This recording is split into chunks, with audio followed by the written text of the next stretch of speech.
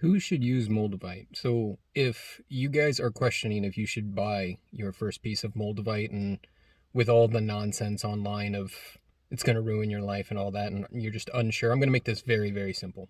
Okay.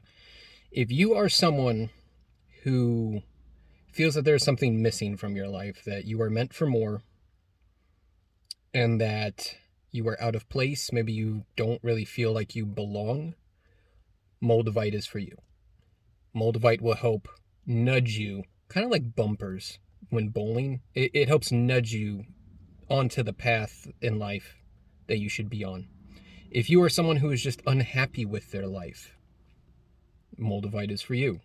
Moldavite will help drop the things in your life that don't really serve you anymore, that aren't for the higher timeline that we all kind of want to be on.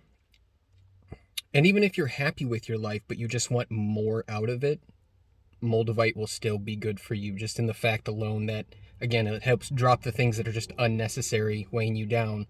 And if you think of your life as a cup and you only have so much room to pour into it, well, you're going to have to empty some things before you can add new to it. So Moldavite will be for you.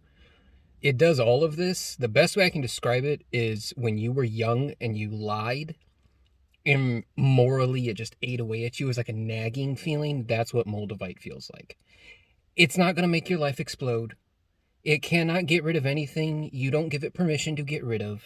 Okay, it's all of this like weird slander campaign online today, because obviously I wear it. I've had it for years and years and years, and it's done wonders. I feel at this point I'm qualified to speak on it. I've been through enough that I know what to expect.